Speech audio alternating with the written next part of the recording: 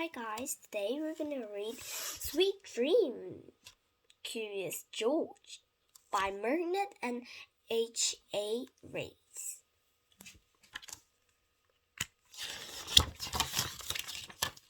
This is George. George is a good little monkey and always very curious. Today he's curious about a library book that his friend the man with the yellow hat brought home. George sat down to look at the book. There was a yellow chick on the cover, pointing up to the sky. This made George even more curious. The book's name is Chicken Little. He brought it to the man with the yellow hat. "Why don't you wait until after dinner, George?" asked his friend. "Then we can read it as a bedtime story."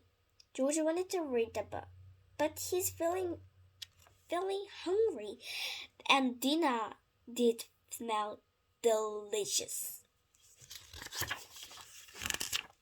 After dinner, it was bath time. A nice warm bath is just what a monkey needs after a long day. George played with his rubber ducky and little toy boat until it was time to get out. His friend held out a fluffy towel with a hood that looked like a chick. That made George think of his yellow library book. George put on his pajama and hopped into bed. He couldn't wait to hear the story. "This is the story of Chicken Little," said the man with the yellow hat. "I think you're going to like this one, George." George did like it. Poor Chicken Little thought the sky was going to fall, and that a lot of other animals thought it would too.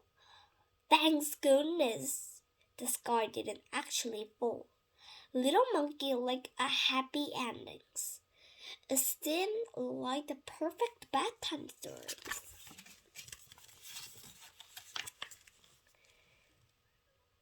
That is until George woke up in the middle of the night. He had a terrible dream that the sky really was falling. George was scared. His friend came to see what was the matter. George pointed to the book and then to the ceiling. "Don't worry, George. It was just a dream," said his friend. "The sky isn't really going to fall. Let's try to relax and get back to sleep." First, the man with the yellow hat brought him a cup of warm milk. Warm milk always makes the feel sleepy George. It seems to be working for George too until, oh no, the warm milk spilled over the place. After cleaning the mess, his friend got another book to read. The story was about the train that had a race along the tracks to deliver a special package to a little girl. It was very exciting. George was even more wide awake than before.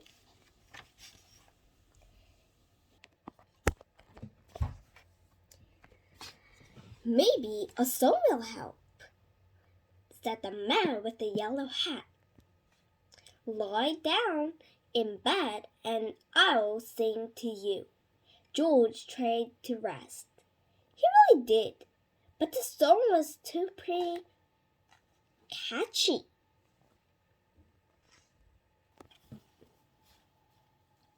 First, he tapped his toes slowly.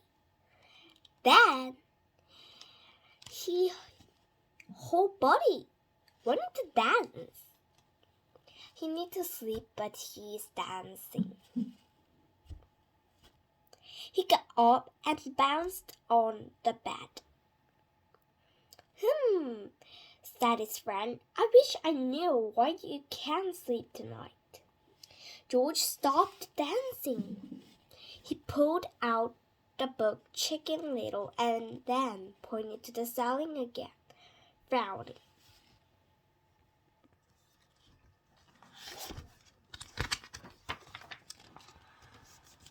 Are you still worried that the sky's going to fall? His friend asked. George nodded. He just couldn't get that dream out of his head. Said his friend. I have an idea. Why don't we take my telescope outside to look at the star and make sure the sky is still way up where it should be? George liked that idea so much that he leaped right out of his bed. Look at this book. Oh, there's so many stars everywhere. Seriously, for sure, don't be scared, everyone. The sky is not going to fall. It is just be alright. It was chilly outside, but it was very nice to be out in the dark of the night too. The stars were still up in the sky, far, far away. The man with the yellow hat set up the telescope and showed George how to look through it. When George looked through the telescope, the stars looked quite near. He could even see planets. Near, far, near, far. He looked through the telescope many times. It was like magic. See, George? Asked his friend. The stars are just where they should be. The sky doesn't look like it's falling, doesn't it? George shook his head with a smile. The man with the yellow hat even had a chart with something called constellation on that picture in the stars.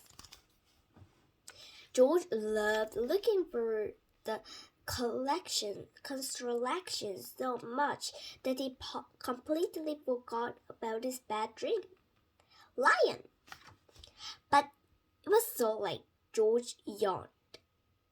I think it's time for both us to go to sleep, George, said his friend, leading him back into the house.